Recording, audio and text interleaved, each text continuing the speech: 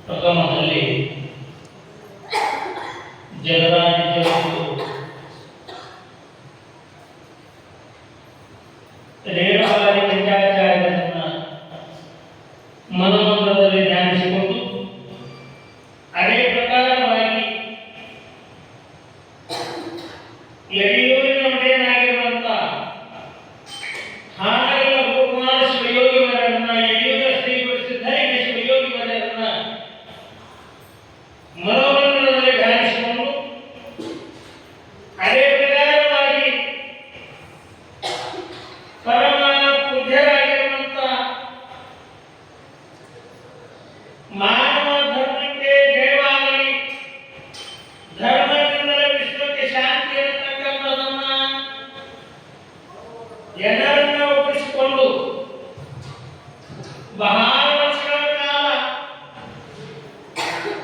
ಧರ್ಮ ಅಂದ್ರೇನು, ಅದನ್ನ ಯಾಕೆ ಕಾಪಾಡಿಕೊಳ್ಳಬೇಕು ಅನ್ನತಕ್ಕಂಥದನ್ನ ಜನರ ಮನಮುಟ್ಟುವ ಹಾಗೆ ಬೋಧನೆ ಮಾಡ್ತಾ ಧರ್ಮವನ್ನ ರಕ್ಷಣೆ ಮಾಡಿರುವಂತ ಸಗಸ್ತರ ಬ್ರಹ್ಮ ಉಮಾಪತಿ ಶಿವಾಚಾರ್ಯ ಮಹಾಸ್ವಾಮಿಗಳವರ ಅಡಿದಾವರಗಳಿಗೆ ಸೇರಿದಂತ ಪ್ರಣಾಮಗಳನ್ನು ಅರ್ಪಣೆಯನ್ನು ಮಾಡಿ ಅದೇ ಪ್ರಕಾರವಾಗಿ ಶ್ರೀಮನ್ ನಿರಂಜನ ಪ್ರಣವ ಸ್ವರೂಪಿಗಳಾಗಿರುವಂತಹ ಶಿವಶಾಂತಿ ಮಹಾಶಿವಯೋಗಿಗಳವರು ಗವಿಮಠ ಕೊಪ್ಪಳ ಆ ಪೂಜ್ಯರ ಕತ್ತಲು ವ್ಯಕ್ತಿಗೂ ಕೂಡ ಸೇರಿದಂತ ಪ್ರಣಾಮಗಳನ್ನು ಅರ್ಪಣೆ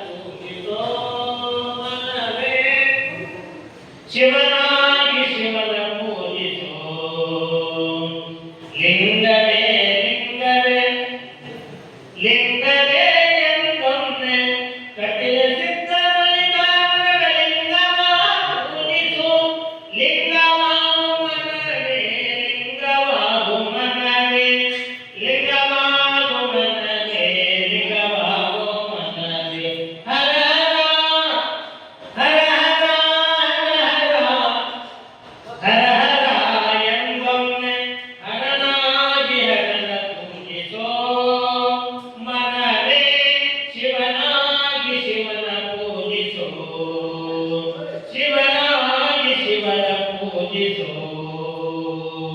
ಶಿವನಾಗಿ ಶಿವನ ಪೂಜಿಸೋ ತಮ್ಮನೆಯಪ್ಪ ಬರೆಯಲಿ ಶಿವರ ಪುಣ್ಯಾತ್ಮರೇ ಕವಿವನ್ನು ನಾವು ಹೇಳೋದೇನಂದ್ರೆ ಭಗವಂತ ಬಾಯ್ಕೊಟ್ಟಾನಂದ್ರೆ ಭಗವಂತನ ನಾಮಸ್ಮರಣೆ ಮಾಡೋ ನಾವು ನೀವು ಅಷ್ಟ ಭಗವಂತ ಬಾಯ್ಕೊಟ್ಟಾನಂದ್ರೆ ಭಗವಂತನ ನಾಮಸ್ಮರಣೆಯನ್ನ ನಾವು ಎಲ್ಲ ಮಾಡೋದು ಹೇಗೆ ನಾವ ಮಾಡ್ಕೊಂಡು ಹೋಗ್ತೀವಿ ಅಮಾಸೆಯಿಂದ ಅಂತಂದ್ರೆ ಜಯಘೋಷ ಮಾಡೋದು ಬೇಡ ಯಾಕಂದ್ರೆ ಸೃಷ್ಟಿಕರ್ತನಾಗಿರತಕ್ಕಂಥ ಭಗವಂತ ಮಾಡಿರ್ತಕ್ಕಂಥದ್ದು ಇದೆಲ್ಲ ಅಂದಾಗ ಅವನ ನಾಮಸ್ಮರಣೆಯನ್ನು ಮಾಡಿಲ್ಲ ಅಂದ್ರೆ ಅವನ ನಾಮಸ್ಮರಣೆಯನ್ನು ಮಾಡಿಲ್ಲ ಅಂದ್ರೆ ಮತ್ತಾವನ್ನು ಮಾಡೋದು ಇದರಿಂದ ಕಲಿಬೇಕಂತ ತಿಳಿದುಕೊಂಡು ಹೇಳಿ ಪೂಜ್ಯರು ಒಂದು ತಿಂಗಳ ಪರ್ಯಂತವಾಗಿ ಪುರಾಣ ಹಸ್ತಾಗಿ ಬಿಡೋದು ಯಾವನ್ನ ಶಿವನಾಮಸ್ಮರಣೆಯನ್ನು ಮಾಡೋದು ಶಿವನಾಮವನ್ನು ನುಡಿಯದ ಬಾಯಿ ಭಕ್ತರ ಕುಡಿಯುತ್ತೆ ಅಂತ ಹೇಳ್ತಾರೆ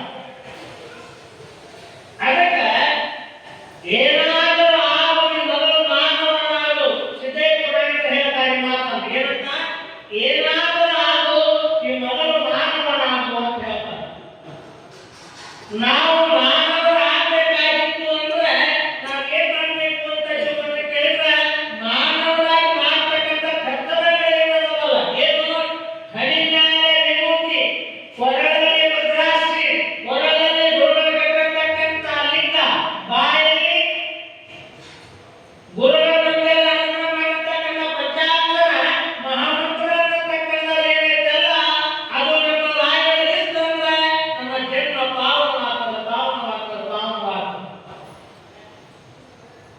ಅದ ನಮ್ಮೆಲ್ಲರಲ್ಲಿ ಬರಲಿ ಶಾಶ್ವತವಾಗಿ ಈ ನಮ್ಮ ಗ್ರಾಮದೊಳಗೆ ಇದೇ ಧರ್ಮದವರಾಗ ಅನ್ನಂಗಿಲ್ಲ ಎಲ್ಲ ಸರ್ವ ಧರ್ಮದವರು ಅದಾರೆ ನನ್ನ ಮನದಲ್ಲಿ ಎಲ್ಲ ಸರ್ವ ಧರ್ಮದ ಸದ್ಭಕ್ತರು ಮತ್ತು ಸೇವೆ ಮಾಡ್ತಾರೆ ಅವರೆಲ್ಲರಿಗೂ ಕೂಡ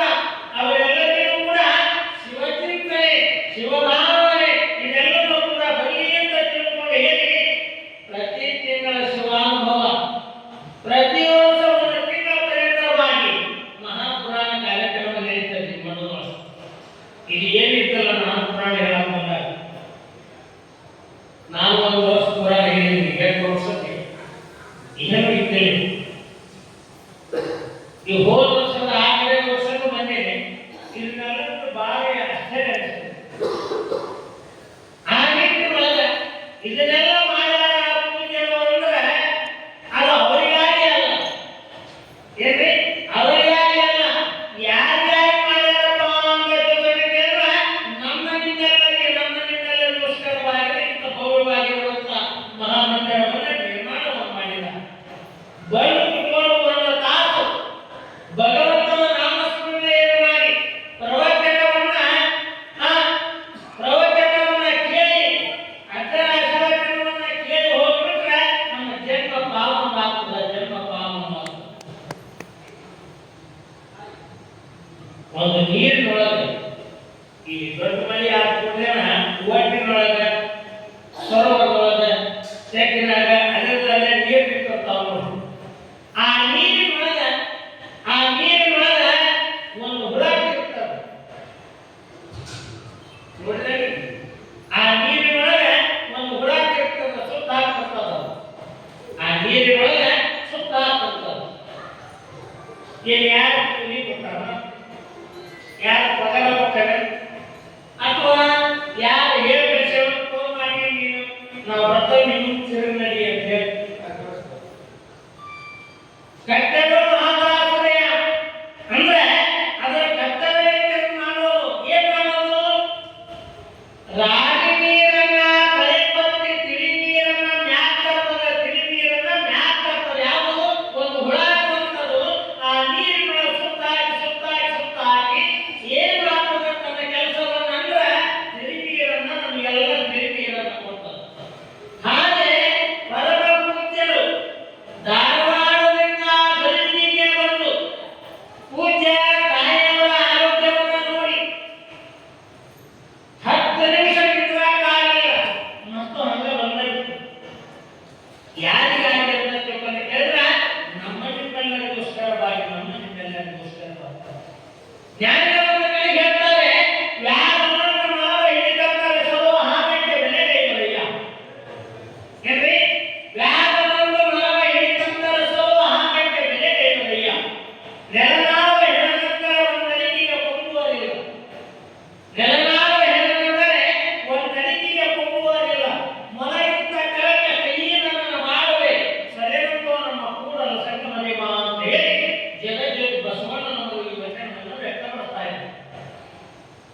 ಪುಣ್ಯಾತ್ಮರೇ, ಇದರ ಅರ್ಥ ಏನಪ್ಪ ಅಂತ ಕೇಳಿದ್ರೆ, ಇಂಥ ಪವಿತ್ರವಾಗಿರುವಂತಹ ಸದ್ಗುಣನ ಸಂವಿಧಾನದೊಳಗೆ ನಾವು ನೀವು ಹೇಳೋದು ಯಾಕೆ ಕೂತ್ಕೊಂಡಿದ್ದೀವಿ ಅಂತಕ್ಕಂಥದ್ದು ಸ್ವಲ್ಪ ಅರ್ಥ ಮಾಡ್ಕೊಳ್ಳಿ.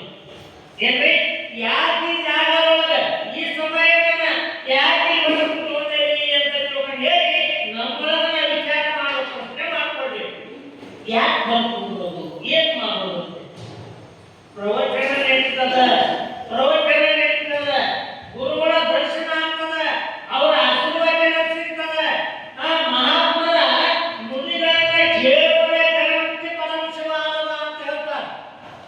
ಏನ್ರಿ, ಮಹಾತ್ಮರ ಎರಡು ಹಿತವಚನಗಳನ್ನ, ಎರಡು ಹಿತನುಡಿಗಳನ್ನ ಕೇಳೋದೇ ವಿಶೇಷವಾಗಿರತಕ್ಕಂಥದ್ದು, ವಿಶೇಷವಾಗಿರುವಂಥದ್ದು. ಅದೇನೋ ಒಂದು ಸಿಗುವಂಥದ್ದಲ್ಲ. ಏನೋ ಪುಣ್ಯದ ಸುಖದ ಬಲಾನಂದ ಸಿಕ್ಕೈತೆ ಅಂತ ಹೇಳಿ ಈ ಪ್ರವಚನ ಕೇಳೋದಾಗಿ, ಅರ್ಧವ ಆಶೀರ್ವಚನ ಕೇಳೋದಾಗಿ ಎಲ್ಲ ಸಿಗ್ತದೆ. ಅದು ಪುಣ್ಯ ಇದ್ದು ಸಿಗ್ತಾನೆ, ಹಂಗ ಸಿಗೋದಾಗ್ಲಿ. ಅದಕ್ಕೆ ಇಂಥ ಪವಿತ್ರವಾಗಿರುವಂತಹ ಸದ್ಗುಣದ ಸಂವಿಧಾನದಲ್ಲಿ ಬದುಕುವ ಪ್ರವಚನವನ್ನು ಕೇಳ್ತಾವಲ್ಲ, ಎದಕ್ಕಾಗಿ ಅಂತ ನೀವು ವಿಚಾರ ಮಾಡಿ. ಏನು ಕೇಳೋದು? ಪ್ರತಿ ತಿಂಗಳು ಕೇಳ್ತೀವಿ, ಪ್ರತಿ ವರ್ಷವೂ ಕೇಳ್ತೀವಿ. ಏನು ಕೇಳೋದು? ಯಾಕೆ ಕೇಳಬೇಕು? ಏನು ಕೇಳೋದಪ್ಪ ಅಂತ ಕೇಳಿದ್ರೆ ಪ್ರವಚನವನ್ನು ಕೇಳೋದು. ಪ್ರವಚನವನ್ನು ಕೇಳೋ ಮುಖಾಂತರವಾಗಿ ನಮ್ಗೆ ಏನು ಬರೀತದೆ ಅಂತ ಕೇಳಿದ್ರೆ ಅಜ್ಞಾನ ಅನ್ನತಕ್ಕಂಥ ಹೋಗ್ತದೆ, ಸುಜ್ಞಾನ ಅನ್ನತಕ್ಕಂಥ ಬರ್ತಾರೆ, ಸುಜ್ಞಾನ ಅನ್ನತಕ್ಕಂಥ ಬರ್ತಾರೆ. ಅಂಥವು ಸುಜ್ಞಾನದ ಫಲವನ್ನು ಪಡ್ಕೊಳ್ಳೋ ಉದ್ದೇಶಕ್ಕಾಗಿ ನಾವು ಬಂದು ಕುತ್ಕೊಂಡಿದ್ದೇವೆ. ಹೋಗ್ತಾ ಇದ್ದೀನಿ ಅಂತಾರೆ, ಸುಮ್ಮನೆ ಯಾರು ಬಂದು ಕುತ್ಕೊಂಡಿರ್ತಾರೆ. ಹೌದು, ಅದಕ್ಕೆ ಜ್ಞಾನಿಯಾಗಿರತಕ್ಕಂಥವ್ರು ಹೇಳ್ತಾರೆ, ವ್ಯಾಸನನ್ನು ಮನವ ಹಿಡಿದಂದರೆ ಸೊಲುವ ಹಾಗೆ ಕೈವಲ್ಯ. ಒಬ್ಬ ಬೇಟೆಗಾರ ಅಡವಿಯಲ್ಲಿ ಬೇಟೆಗಾರಕ್ಕೆ ಹೋಗಿದ್ದ. ಒಬ್ಬ ಬೇಟೆಗಾರ ಅಡವಿಯಲ್ಲಿ ಬೇಟೆಗಾರಕ್ಕೆ ಹೋಗಿದ್ದ. ಬೇಟೆಗಾರಕ್ಕೆ ಹೋಗ್ಬೇಕಾದ್ರೆ ಒಬ್ಬವನು ಹೋಗೋದಿಲ್ಲ. ಆ ಬೇಟೆಗಾರ ನಾಯಿ ಅಂತ ಇರ್ತಾರೆ. ಬೇಟೆಗಾರ ನಾಯಿ ಬೇರೆ, ಒಳ ಬೆಟ್ಟು ನಾಯಿ ಬೇರೆ, ವಾಕಿಂಗ್ ಹೋಗೋ ನಾಯಿ ಬೇರೆ, ಬೀದಿ ನಾಯಿ ಬೇರೆ. ಹೀಗೆ ನಾಲ್ಕು ನಾಯಿಗಳು, ನಾಲ್ಕು ನಾಯಿ. ಇನ್ನೊಂದೈತೆ ಪೊಲೀಸ್ ನಾಯಿ ಅಂತ, ಅದು ಒಂದು ಬೇರೆ. ಹಾಗೆ ವ್ಯಾಖ್ಯಾನ ನಾಯಿಯನ್ನ ತೋರು ವ್ಯಾಖ್ಯಾನಕ್ಕೆ ಹೋದ ಬೇಡ, ಹೋದ ಕಲ್ಲನ್ನ ಹೋದ ಗಂಟೆಯಲ್ಲಿ ಒಳಗಡೆ ಹೋದ. ಆ ಗಂಟೆಯಲ್ಲಿ ವಾಸವಾಗಿರತಕ್ಕಂಥ ಯಾವ ಮಲ, ಗಂಟೆಯಲ್ಲಿ ವಾಸವಾಗಿರತಕ್ಕಂಥ ಮಲ ಆ ಕಲ್ಲನ್ನ ಬೇಡ ಒಡೆಯತ್ತಿನ ನೋಡಿ ಸ್ವಲ್ಪ ಚಂದ ತಿಂದು ಓಡ್ ಹೊಂಟು ಮಲ ಓಡ್ ಹೊಂಟಿದಂತ ಆ ಸಮಯದೊಳಗೆ ಆ ನಾಯಿ ನೋಡಿದ ಓಡ್ ಹೋಗಿ ಕಪ್ಪನ ಕುಕ್ಕಿ ಹಿಡಿದು ಅದನ್ನ ಕೆಡುತ್ತದೆ. ಓಡ್ ಹೋದವನ ಓದ್ಕೊಂಡು ಹೊಡೆದು ಸಾಯ ಹೊಡೆದು, ಯಾವನ್ನ ಮಲವನ್ನ ಸಾಯ ಹೊಡೆದ. ಮಲ ಸತ್ತು ಬಿಟ್ಟಿದ್ದಾನೆ, ಮಲ ಸತ್ತು ಬಿಟ್ಟು ಅವಾಗ ನೋಡಿ ಸತ್ತಿರುವಂತ ಸಮಯದೊಳಗ ಆ ಡಾಕ್ಟರ್ ಹೋಗಿರುವ ಮಲ ಎತ್ತಿ ಕೈಯಲ್ಲಿ ನೋಡ್ತಾನೆ. ಏನು ಪುಣ್ಯಪ್ಪ ಇವತ್ತು, ಎಂತ ಬೆಳೆ ಕೂತ್ಕೊಂಡು ಬೆಳೆ ಚಲೋ ಬ್ಯಾಟ್ ಬಿಟ್ಬಿಡಿ ಅಂತ ಹೇಳಿ ಬಹಳ ಖುಷಿ ಪಟ್ಟ.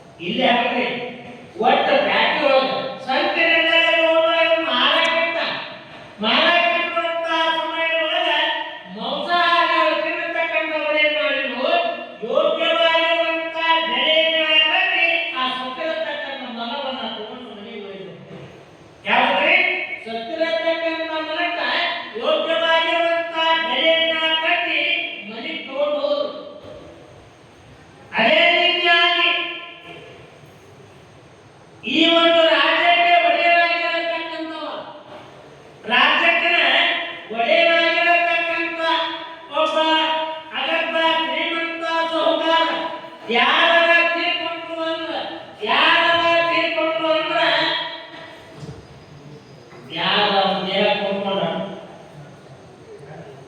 ಯಾರು ಕೊಟ್ಕೊಂಡ, ಯಾರು ತಗೊಂಡಿಲ್ಲ. ಆರು ತಾಸಿರ್ತಾರೆ, ಎಲ್ಲರೂ ಬರಲಿ ಕಳ್ಳು ಬರಲಿ ಬಂದು ಬರಲಿ ಅಂತ ಹೇಳ್ತಾರೆ. 6 ತಾಸು ಸಾಕು ಎತ್ತರಿ, ಸಾಕು ಎತ್ತರಿ, ವಾಸನೆ ಬರಕತ್ತೈತಿ ಎತ್ತರಿ, ಅಲ್ಲೇ ಬಂದ್ರು ಬಂದು ಏ ಬಂದ ಬರವದನ ಅವ್ನು ಹಿರಿಯ ಬರೋ ಬರಕಲ್ಲ ಬಾಕಿ ಮ್ಯಾಗ ಅವ್ನ ಬಾಕಿ ಬರಕತ್ತಾರ್ತಾರೆ ಎತ್ತಂಗಲ್ಲ ಎತ್ತರಿ ಊರ ವಾಸನೆ ಬರತ್ತೆ ಎತ್ತರಿ ಆ ಹುಡುಗ ಮ್ಯಾಗ ಕಾಯ್ಕೊಂಡು ಕುಂತ್ರಾದು ಎತ್ತು ಸಾಕು ಎತ್ತರಿ ಅಂತ. 24 ಕೋಟಿ ಜೀವರಾಶಿಗಳಲ್ಲಿ ಶ್ರೇಷ್ಠವಾಗಿರತಕ್ಕಂಥ ಜನ್ಮರಾಶಿ ಯಾವುದು ಪುಣ್ಯಾತ್ಮನೇ?